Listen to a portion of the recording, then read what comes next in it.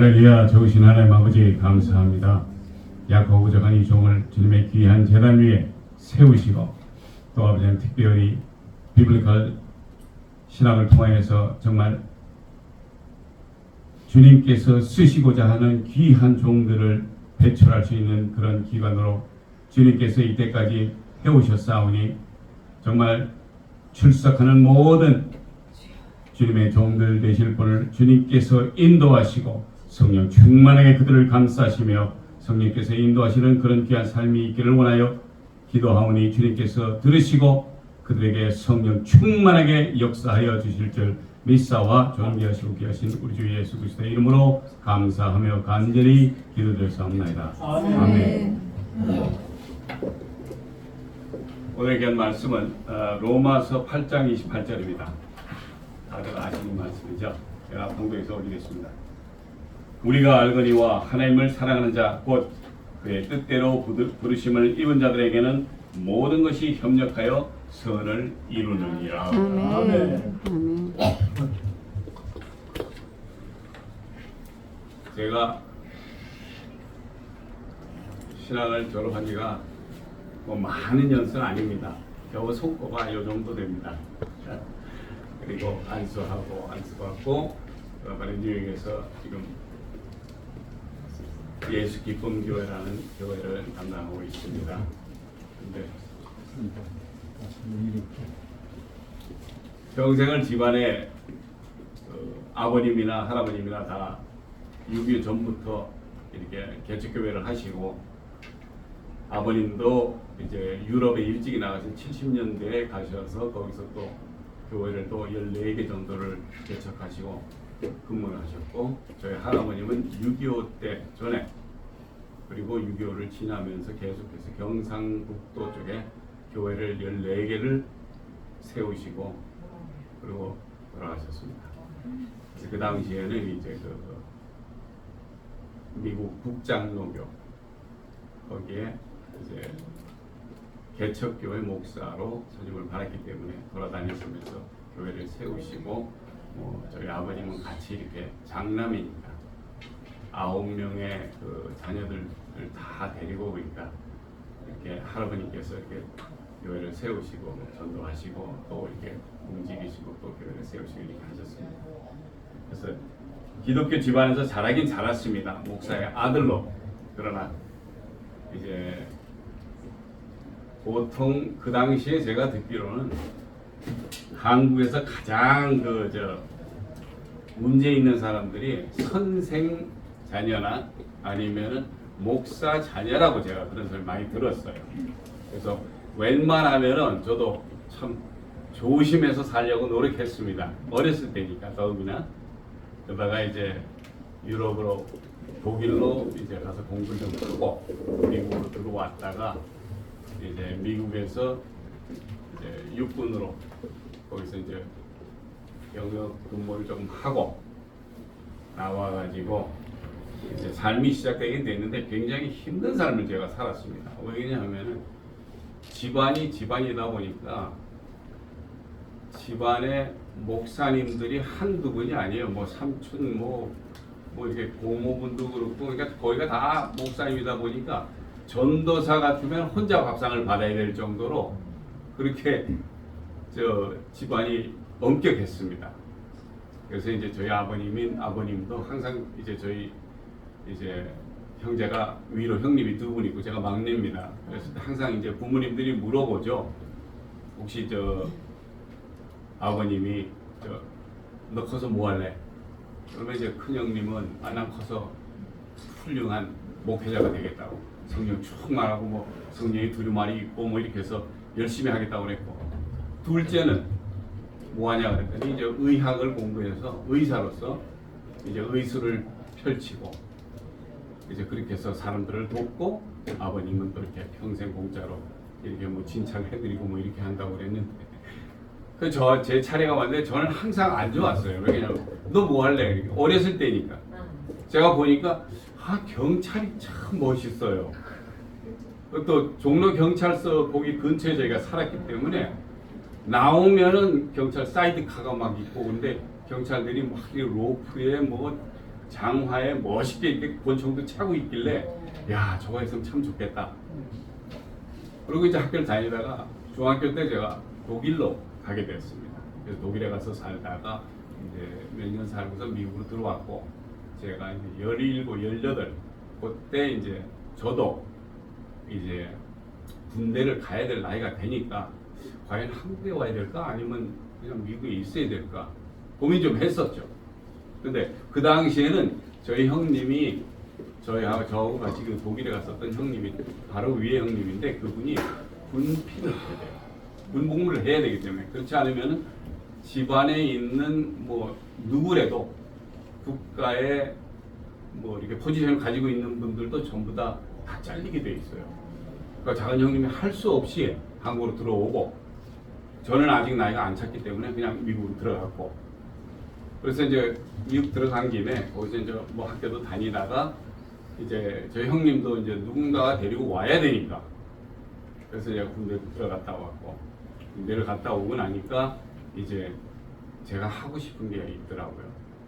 그게 어렸을 때부터 꿈꿨던 게 경찰이었거든요.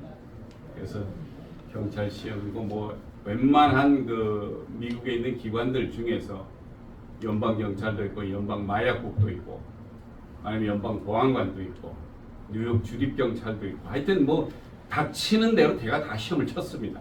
딱 한 가지 안 한 게 마약국. 마약에 대해서 제가 전혀 모르니까 할 수가 없었죠.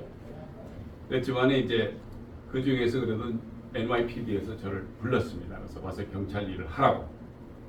그래서 이제 폴리스 아카데미죠. 거기 이제 가서 열심히 이제 공부도 하고 법에 대해서 알고 경찰에 대한 이제 폴리스 사이언스에 대해서도 배우고 그러고서 이제 경찰 근무를 하게 됐는데 그때서부터 이제 저한테 조금 이제 그 알게 모르게 조금 시련 비슷한 것이 오기는 와요. 제가 하고 싶어서 하기는 했는데 이건 제가 한 게 아니라 제가 어렸을 때 하도 꿈을 꿔보니까 위에 계신 분이 저를 은근히 이제 시켜준 거예요. 이 먼 뉴욕까지 와서. 그래서 아니 뭐 열심히 하는 대로 했죠. 이제 그러다가 저한테 이제 그 안 좋은 일이 좀 생겼습니다. 제가 몸이 저는 상당히 건강하다고 생각을 했거든요. 그래서 언더커버 일을 해도 그때는 뭐 20대니까 술도 그냥 많이 마시고 그래도 말짱했었어요. 그래서 제가 할 일을 다 했으니까. 그런데 그렇게 하다 보니까 저한테 이제 그 몸이 안 좋은 상황이 됐는데 그 상황이 뭐냐 하니까 이제 그 뭘 음식을 먹으면 소화가 안 돼요. 그래가지고 콜라 같은 걸 자꾸 마시는 거예요. 그렇게 하면 좀 이렇게 좀 트름이 나오고 뭐 이렇게 좀 소화가 되는 것 같은 그런 기분에 그랬는데 그게 결론적으로 저한테는 굉장히 안 좋은 그 병이 있었는데 그걸 제가 몰랐었어요 전혀. 그러다가 이제 어느 날 이제 근무가 끝나고 집에 돌아오는 그 고속도로에서 제가 차에 받치게 됩니다. 뒤에서 저를 쳐가지고 그 다음날 이제 그 건강 그저 뭐죠 이저 페인 클리닉 같은 거 쉽게 해서 몸이 많이 아프니까 가서 우선 아픈 거 교정을 하게끔 뭐 이렇게 해서 거길 갔는데 그때서부터 이제 그 사람들이 아 이거 몸이 안 좋은데 뭔가 좀 수술을 해야 될 것 같다. 근데 검사를 해보니까 제가 간이 안 좋대요. 근데 간이 안 좋은 거는 그냥 뭐 그렇다고 그러는데 거기서 수술을 하려고 피 검사를 해보니까 또 하나가 안 좋은 게 제가 이 피가 응고가 안 된다는 거예요. 그러니까 의사들도 손을 이제 못 대기 시작하는 거예요. 왜 그러냐니까 이 사람 수술하자 그래 놓고 생각을 해보니까 이거 하면 이 사람 피 계속 흘리면은 그냥 죽을 것 같아. 그러니까 못 하는 거예요. 그래서 이제 뭐가 이걸 확실하게 잘못됐냐 하고 검사를 해보니까 제 간이 95%가 죽었답니다. 그러니까 벌써 간경화라고 그 사람들은 저한테 진단을 해주기 위해서 막 연락을 하는데 저는 은근히 그런 소리 듣기 싫어가지고 무슨 소리인지는 모르지만 아니 나 듣기 싫으니까 근데 알고 봤더니 95%의 간이 굳어 있다는 거예요. 그래서 이제 뭐 한국분 의사분이 한 분이 나오셨는데 그분 얘기가 집에 가셔서 이제서부터 한 6개월간 맛있는 거 그냥 돌아다니면서 드시고 놀러 가고 싶은데 부지런히 놀러 가라는 거예요. 그리고 준비를 하라 그러는 거예요. 그 준비가 뭐냐 하니까 이제 한 6개월 살다가 죽는다는 얘기를 하는 겁니다. 그래서 왜 벌써 간이 거의 죽은 상태니까 그리고 이제 배에 물이 차는데 제가 이렇게 하고 앉았었어요. 그러니까 밑에 한참 남았죠. 그리고 이제 더운 여름이 시작되는데 여름이 돼도 전 추워요. 그래서 겨울 자켓, 두꺼운 거, 파카 같은 거 그런 걸 여름에 제가 입고 다녀요. 그리고 식당을 들어가면 들어가기 싫어. 왜? 에어컨을 틀어놨는데 다른 사람들은 아 시원하고 좋다 그러지만 저는 추워요. 그러니까 막 이런 반응이 막 오르니까 이거 안 되겠다. 의사 선생님들은 이거 빨리 이거 저거 해야 되는데 간의 수치를 알아보자 해가지고 했는데 그것도 또 수치가 보통 분들은 한 10에서 11 정도. 그런데 저 같은 경우는 이제 49입니다. 네, 돌아가신 분은 50이에요. 그러니까 제가 49면은 거의 지금 뭐 거의 검은 얼굴 정도예요. 그래서 그 당시에 사진을 찍으면 거의 뭐 새까맣게 나왔었어요. 그러니까 뭐 가서 이제 6개월 살다 죽을 거니까. 그런데 교회에서는 뭐 집사님들, 장로님들 뭐 오셔가지고 뭐 괜찮냐고. 분명히 뭔가 이상한 줄은 아니까 이 사람이 이렇게 옷을 입고 다니는 것도 봐도 그렇고 그냥 보면 얼굴이 새카매니까 죽은 얼굴이에요. 그래서 괜찮냐고. 아니요, 안 괜찮죠. 그래서 간에 이제 이식을 하기를 위해서 이제 뉴욕에서 가장 권위 있는 NYU에서 이제 일하는 태퍼맨이라는 의사분이 자기가 친구니까 저하고 나이 같다 보니까 친구라고. 친구니까 절대 친구는 죽이지 않는다 그래요. 난 죽을 생각도 없는데 왜 이 양반 이런 소리를 하나. 근데 그렇게 심각했었어요. 그래가지고 이제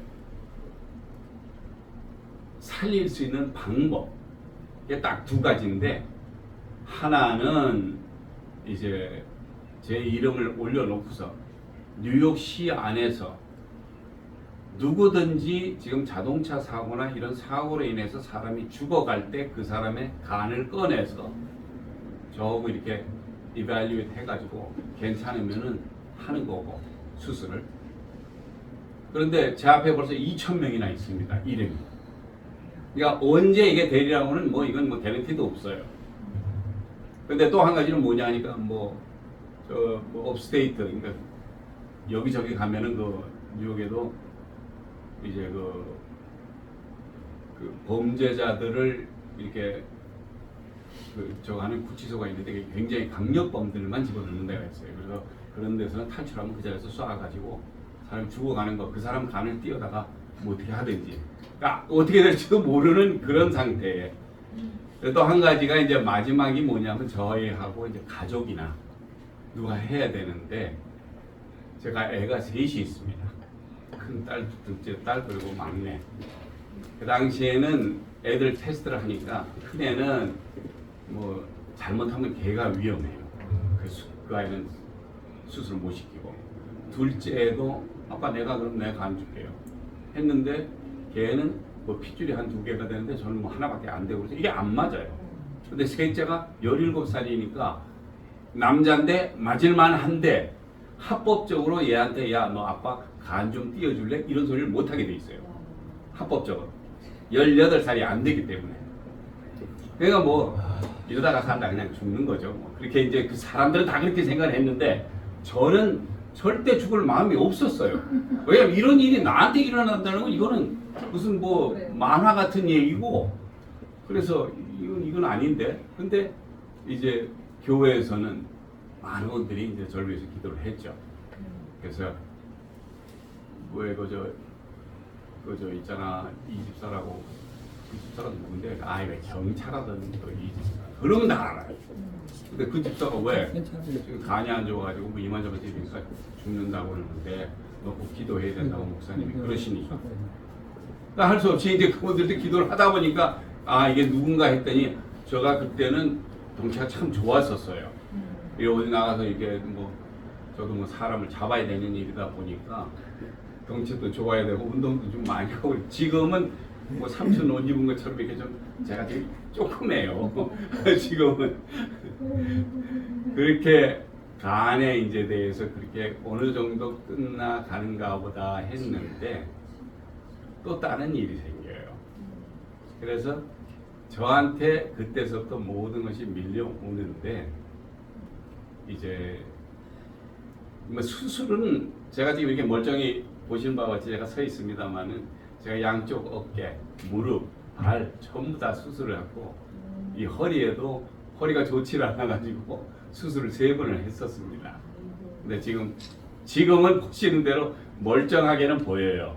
근데 뭐 원체 멀쩡하지 않은 사람을 그래도 주님께서 살리셔서 제가 지금 이렇게 이 자리에 오게까지 된 겁니다. 그래서 이제 뭐 여러 가지 그 일들이 있었지만은 그래도 주님께서 왜냐하면은 제가 그때는 참 생각하는 게 이런 게 있었어요. 아니 할아버지도 남들 얘기 들어보면 할아버지 뭐 우연 몇 대가 다 목사고 그러면은 이게 한 제 때쯤 됐을 때는 좀 편하게 잘 풀려야 된다라고 얘기를 하는데 아 이게 저까지 막 힘들어지니까 아니 하나님이 살아계시면 당연히 고쳐줘야 되는 거 아니냐. 저도 이제 혼자서 막 그렇게 생각을 했었어요. 이거는 좀 어딘가 모르게 조금 잘못된 것보다. 근데 아닌 게 아니라 제가 이제 하고 싶은 경찰까지 다 시켜줘요. 이 먼 데까지 와가지고. 다른 여러 가지 일은 말할 것도 없어요. 제가 막 너무나 몸이 아파가지고 여기저기 너무 안 좋았었어요. 그런데 주님께서 그래 너 한번 대충 살아봐. 살려주시니까 제가 꿈에 꿈꾸던 짝까지 다 했어요. 더 이상 할 것도 없어요. 제가 하고 싶은 것도 없어요.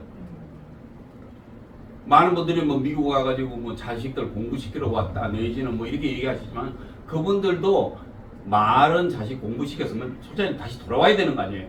근데 그분들이 거기서 살아요. 멀쩡히 가게나 뭐 이런 거 큰 뭐 비즈니스도 하시고 멀쩡히 사셔. 그 결론적으로 그분들이 거기서 편하다 보니까 편하게 사는 거예요. 근데 저는 어떻게 하다가 왔는지 그냥 이렇게 흘러서 와서 뭐 하고 싶은 건 했으니까 이제 됐는데 한 가지가 제가 이제 할 게 없어요. 그러고 나니까 살아있고 해야 될 거는 이제 나머지 해야 될 게 딱 한 가지가밖에 없어요. 왜? 저를 살려 주셨으니까.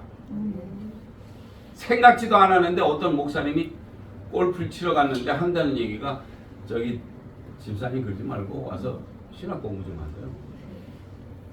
그래요? 아니 나 그거 뭐 제가 웬만해서는 목사님들하고 이렇게 대화를 할 때가 하도 그냥 들은 게 많다 보니까 빠삭하게 알아. 그러니까 목사님하고 뭐 얘기해도 지지는 않아요. 네. 근데 이게 내가 들은 것과 이렇게 남들이 이렇게 야 이거 이런 거야 하면 그거 이렇게 하고 있다 보고 있다 이렇게 봐서 아는 거 하고 이런 거밖에 없었어요 저한테. 그러니까 목사님들하고 대화를 나눠도 아유 뭐 목사님 예 알았습니다. 왜 목사하고 싸워봐야 뭐 맨 거기서 그 얘기니까. 근데 저도 다 아는 얘기고 그러니까 그냥 넘어가는 거예요. 그랬는데 역시나 제가 죽을 찬스가 이렇게 몇 번씩 오고 그러니까 그 다음번에 제가 할 적이 없더라고요. 그래서 목사님이 뭐 한 번 그런 줄 알았더니 또 다른 목사님도 지나가다가 아 저 집사님 같은 경우는 목회자를 해야 되는 것 같다라고 얘기를 해요. 그래서 아니 나 그거 별로 하고 싶지도 않은데 왜냐면 목사님들이 힘들게 살아요. 보니까. 그래서 저희 아버님도 안 한다 그런 거예요. 6.25 때 그 쫓아다니면서 할아버지 쫓아다니면서 이거 넥타이 대기 하나 딱 하고 단벌 신사에 그렇게 하고 먼지 묻은 그 저 옛날에 그 저 집단 집을 뭐 이렇게 사셔가지고 그때 교회를 세우고 올망졸망하게들 사진 찍은 거 1948년 49년 뭐 이러고 지켜가지고 교회라고 세워놓은 게 지금 14개 중에 딱 하나만 지금 교회가 자리가 옮겨졌어요. 나머지는 아직도 그 13개 교회가 그대로 있어요. 지금 경상북도 쪽에. 근데 거기는 왜 그러냐니까 물난리가 조금 나가지고 교회를 옮겼기 때문에 그래서 옮긴 거지 그대로 있어요. 근데 아버님 생각은 그 쫓아다니면서 뭐 나팔도 불고 동생은 북치고 뭐 이래가지고 전 가족이 목사님 가족이 가가지고 그런 일을 하고 다녔으니까 아들이 그거 하고 싶겠어요. 그것도 또 맞이가 한두 번 한 것도 아니고 그래서 안 하신다 그랬는데 저희 아버님도 할 수 없이 경기도 광주군 옛날에는 성남시라는 데가 그 이렇게 언덕에 저 천막 있지 않습니까? 새까만 천막 그거 몇 개 있었을 때 저희가 그때 이사를 거기를 갔었어요. 그래서 제가 성남시가 요번에 가보니까 이거는 그 성남시가 아니야. 이거는 뭐 진짜 말할 수 없을 정도로 제가 어디가 어딘지 전혀 모르겠더라고요. 뭐 서울은 말할 것도 없고 그렇게 변했는데 저는 변하지 않았었어요. 아직까지도 나는 이거 뭐 어떻게 해서라도 좀 돈 좀 많이 벌어서 이거 미국에서 저 돈 많이 벌었다고 소문이 나야 그래도 친구를 만나더라도 야야 그거 뭐 괜찮아 내가 쓸게 뭐 이렇게 하고 이렇게 뭐 폼이라도 자꾸 이럴 텐데 그게 아니야. 그래서 제가 미국에서 열심히 한 대가가 있는데 그게 안 풀려요. 굉장히 힘만 들고 목사한다고 신학교 뛰어다니면서 이럴 때 주머니도 뭐 별로 이렇게 넉넉지도 않았었어. 그러니까 야 이거 진짜 힘들다 그랬는데 신학교가 거의 끝나갈 무렵에 주님께서 축복을 하시는데 저희가 생각을 하면은 이제 저희 집사람하고 이제 얘기를 합니다. 이만저만 하니까 우리 이거 끝나고 나면은 어떻게 교회를 개척을 할까? 누가 교회 개척합니까? 근데 팬데믹 바로 전에 저희는 개척을 했어요. 팬데믹 때 사람들이 교회에 옵니까? 안 와요. 근데 저희는 했어요. 그랬더니 저희들한테 그 교회에 오게 한 사람들이 누구냐 하니까 다 처음에는 노숙자. 그것도 한국인 노숙자예요. 그 미국에서 다 한국인 노숙자들이 와서 오면은 예배 드리고 나면은 밥 먹고 뭐 이렇게 하고 근데 나중에 자세히 들어보니까 그분들이 버릇처럼 그렇게 하시는 거예요. 버릇처럼 이 교회도 갔다가 이 교회 가면은 정무순 목사님이 이 뭐 5불씩 10불씩 준다고 그러니까 봉투 받으러 다니시는 거예요. 그리고 어디 가면은 식사하는 시간 딱 되면 거기서 밥을 먹으시고 근데 이분들하고 저희가 예배를 드리다 보니까 처음에는 참 이거 힘들더라고요. 그런데 그분들의 그 하는 행동이나 이런 걸 모든 걸 다 종합적으로 알아보니까 그분들은 솔직히 좀 게을러요. 보니까 왜? 불법 체류자도 아니고 합법적으로 미국까지 가서 영원히 주거할 수 있는 권한을 줬어요. 그 사람들한테. 그래서 영주권이라는 게 있는 분들이니까 어쨌든 간에 사회봉사하는 사람들이나 이런 사람들이 다 도와주게 돼 있어요. 그런데 이분들이 첫째, 영어를 잘 못해서 도움을 못 받을 경우밖에 없어요. 그게. 그렇지 않으면 그냥 뭐 사는 게 편하다고 그렇게 생각을 하니까. 왜? 여기 가서 때 돼서 가면은 밥 주고 돈 주고 하니까 그냥 그거 쓰고 그렇게 살아요. 그래서 저희가 그 사회 그 복지하시는 분들이나 이런 분들에 대해서 이제 그 정보를 좀 많이 알아가지고 그분들한테 이제 65세 넘으면은 이런 혜택이 있다 해가지고 국가에서 돈을 주고 하니까 그래서 이제 저희가 그런 걸 많이 그분들 다 도와드렸고 그러다 보니까 시간이 흐르고 그랬는데 한 분, 두 분 자기네 그 받을 거 다 받으니까 더 이상 안 나오시더라고요, 교회. 그래서 저는 처음에는 야 이거 이런 식으로 해가지고 내가 예수 이름 증거한다고 이거 하지만은 이건 너무 힘든 거 아니냐 그랬는데 주님께서 하나 나가지만 다른 하나를 보내는데 보통 사람이 와요. 그게 하나의 어떤 챌린지가 돼버린 거예요. 왜 그러냐면 네가 진짜로 이거 너 내 이름으로 너 이거 할 수 있어 하고 저를 테스트하신 거나 마찬가지예요. 그래서 어느 정도 있었던 사람들이 나가면서 사람들이 자꾸 바뀌니까 이제는 가만히 있어도 우리 집사님들이 오셔가지고 아 목사님 뭐 이렇게 해야 됩니다 하고 뭐 자기네들끼리 알아서 이런 거 다 해요. 얼마나 은혜돼요. 그래서 아이고 야 이거 진짜 괜찮다. 왜? 내가 이거 제일 처음 미리 알았었으면 나도 한 30대 40대쯤에 참 이 목회를 했었을 텐데 60이 넘어가고 하려니까 얼마나 힘들어요. 그래가지고 제가 요즘 이렇게 새로 이렇게 그 교인들이 오시면은 뭐 더 이상 뭐 붙이지도 않습니다. 그냥 예 알았습니다. 그냥 그대로 가요. 왜? 그분들은 이제는 그분들도 신앙심이 굉장히 신앙심을 가지고 계신 분이고 이렇게 뭐 노숙자나 이런 분들이 딱 한 사람밖에 없어요. 지금 한 분이 이제 이태리에서 온 분인데 이태리에서 이 옷 디자이너 하시는 분이에요. 근데 이제 미국에 이제 와이프하고 아기들도 있는데 뭐 이제 사이가 좋지 않아 갖고 이게 좀 된 것 같아. 근데 그분 빼놓고는 다 하나같이 이제는 진짜 신앙심 많으시고 진짜 성령 충만한 교회입니다. 그래서 사람들이 이제는 더 이상은 저희가 힘들다라는 얘기를 안 해요. 왜 그러냐니까 그거 하고 나니까 이제 세상에 보이는 게 뭐 다 환하게 보여요. 앞이 보이더라고요. 예. 뭐 팬데믹이라고 해서 뭐 사람들 교회 지금 교회가 제가 이사를 잠깐 교회협의회 뉴욕 교회협의회 이사를 제가 잠깐 한 3년간 했었는데 그때는 한 450개 교회가 있었습니다. 지금 팬데믹 끝나고 나서 거의 반도 안 돼요. 한 200개 교회밖에 없어요.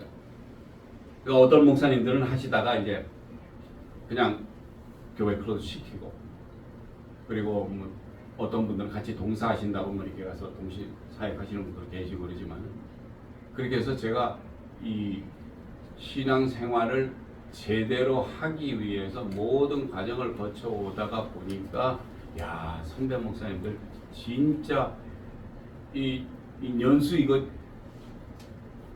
장난으로 들으시면 안 돼요. 이 목회하는 게 진짜 힘듭니다. 그런데 할만해요. 해볼만 한 거예요. 진짜 이거 같이 세상에 재미난 일이 없어요. 하다가 보니까.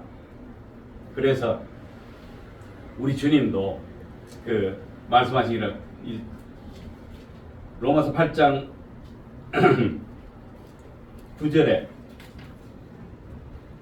만일 너희 속에 하나님의 영이 거하시면 너희가 육신에 있지 아니하고 영에 있나니 누구든지 그리스도의 영이 없으면 그리스도의 사람이 아니라.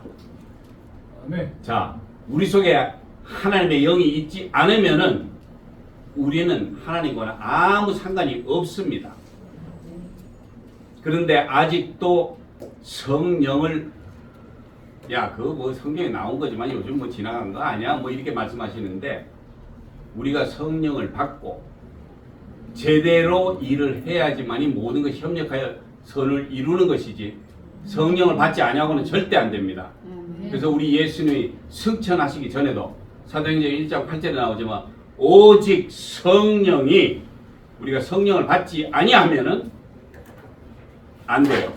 성령을 받았을 때 우리가 권능을 받습니다. 어떤 권능인지는 여러분들도 사도행전 2장 1절에 나오는데 성령을 받음으로 인해서